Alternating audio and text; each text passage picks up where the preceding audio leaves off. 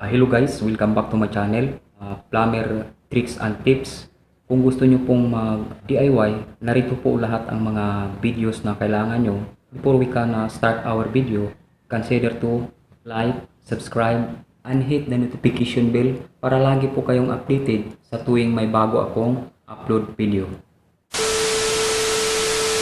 Ganito ba ang pagkakabit ng inyong outlet pipe sa inyong motor pump, guys? Maling-mali po ito. Dapat ito ang gamitin nyo. Gumamit po kayo ng T at saka may ball valve sa taas. For priming purposes, para madali na pong paandarin ng ating motor pump or pahigupin. At kung ganito ang style nyo, guys, mali din po ito. Dapat dito po kayo maglagay ng ball valve or gate valve. Purpose naman kasi dito kapag once na baklasin ang inyong motor pump ay hindi po masayang ang tubig sa inyong pressure tank. Sarado nyo lang po yung gate valve na yan or ball valve na yan ay hindi na po nyo kailangang mag-drain po ng tubig sa inyong pressure tank. Napakahalaga talaga magtipid po tayo dahil water is life.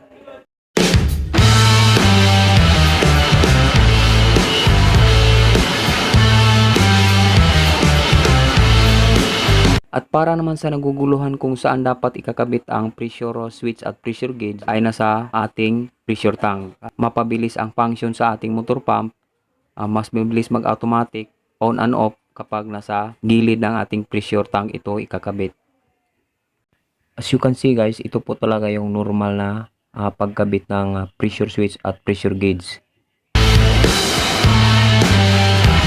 Kunting kalamang guys, tanggal natin po ito. Palitan po natin ng ganito. Mayroon pong air breather. Ito po ay para hindi na po tayo mahirapan baklas pa nitong ating pressure gauge kapag magpatay sindi ang ating motor pump. Ang gawin nito, buksan lang po natin itong ating air breather na 1/4 na ball valve.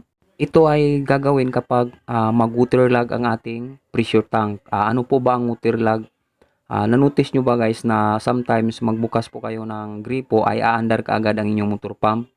Yan po ay kailangan nating buksan po itong ating drain gate valve kasabay nitong ating air breather. Pagsabay natin itong dalawang buksan para nang sa ganon lalabas po ang hangin at saka lalabas po ang tubig.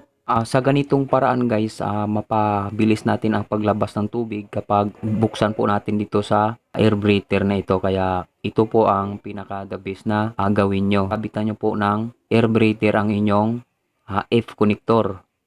Ito po yung mga fittings nya. I-mention ko na lang talaga ang bawat connection nito. The best talaga na mayroon kayong ilalagay na ganitong fittings para hindi nyo na kailangang baklasin pa itong pressure gauge nyo para pasingawin. Ang principle kasi nito guys, parang magbutas po kayo ng may laman na alpine.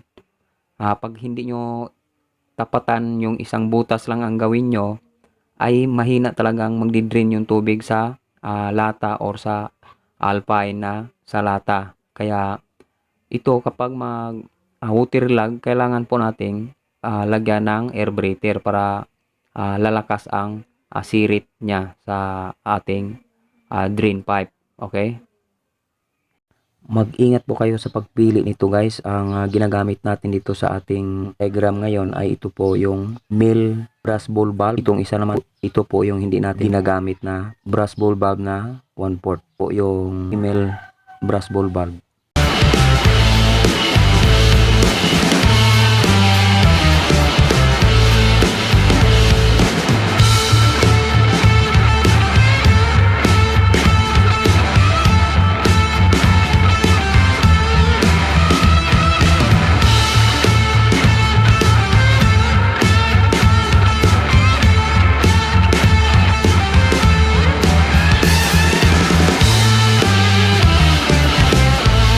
At dito naman sa ating guys, ito po yung balon. Sa bandang dulo ng ating suction pipe guys, kailangan po nating maglagay ng foot valve. Parisan po natin itong straight male adapter na 3/4.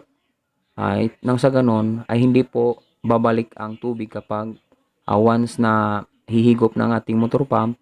Na-notice nyo ba minsan na kapag hindi nyo lagyan ito, pabalik-balik lang ang tubig, mag on and off ang function ng ating motor pump.